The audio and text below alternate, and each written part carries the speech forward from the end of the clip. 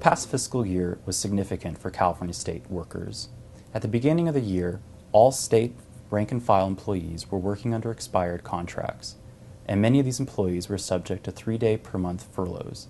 By the end of the year, the legislature had ratified new bargaining agreements for all these employees. Recently, there has been great interest in public employees and their compensation. The purpose of this webcast is to summarize the major provisions that were incorporated into most of the bargaining agreements that were ratified over the past year. The state has about 350,000 employees.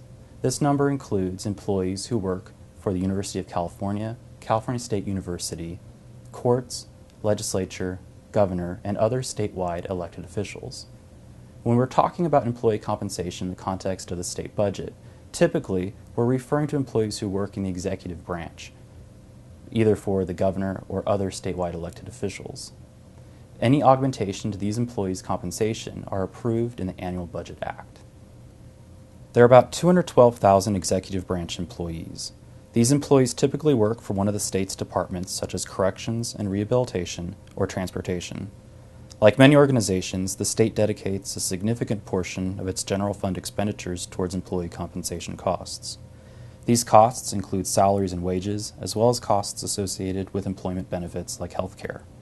From the general fund, the state is expected to spend more than $10 billion on employee compensation in 2011-12. These costs are about 12% of the state's general fund expenditures. Of the executive branch employees, 17% are managers or supervisors who are excluded from the collective bargaining process. The remaining 83% are rank-and-file organized into 21 collective bargaining units. Under the Ralph C. Dills Act, unions representing each of the bargaining units negotiate terms and conditions of employment with the administration, who is represented by the Department of Personnel Administration. The negotiated terms and conditions of employment are known as a Memorandum of Understanding, or MOU. Before an MOU can be enacted, it must be ratified by the legislature. At the beginning of 2010-11, all 21 bargaining units had expired MOUs. During the course of the year, the administration negotiated and the legislature ratified new MOUs for all these bargaining units. There are a number of provisions that are included in most of the bargaining agreements that were ratified in the last year. Every month for most employees, the state and employee contribute a percentage of the employee's pay towards retirement. Relative to their prior MOUs, employees now contribute between 2% and 5% more of their monthly pay toward their pensions. Employees typically now contribute between 8 and 11% of their monthly pay. These increased employee contributions offset the state's contribution to employee retirement, saving the states hundreds of millions of dollars over the course of the MOUs. In 2012 or 2013, employees at the top step of their pay range will receive a pay increase of between 2% and 5%.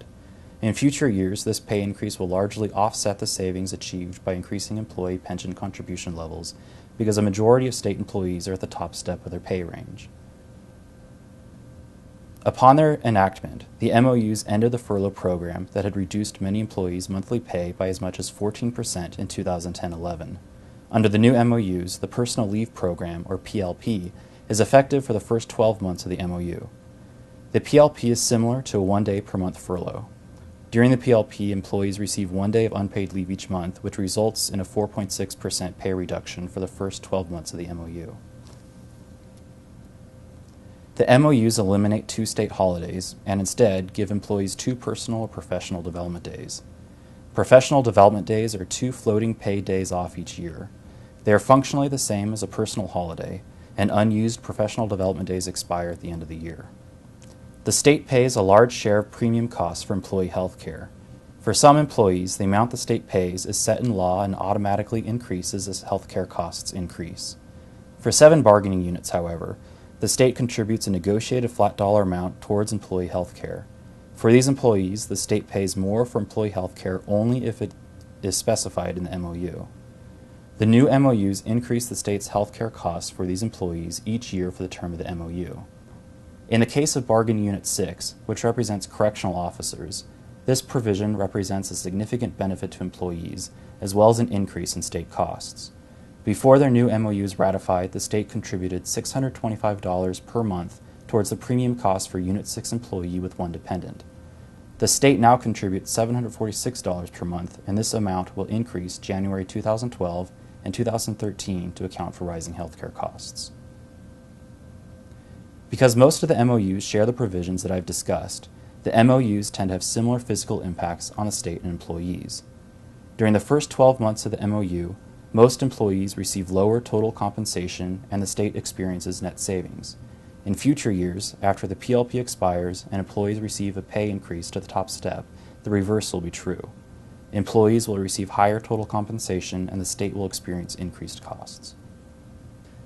If you'd like to learn more about the state's MOUs or the collective bargaining process, please visit our website.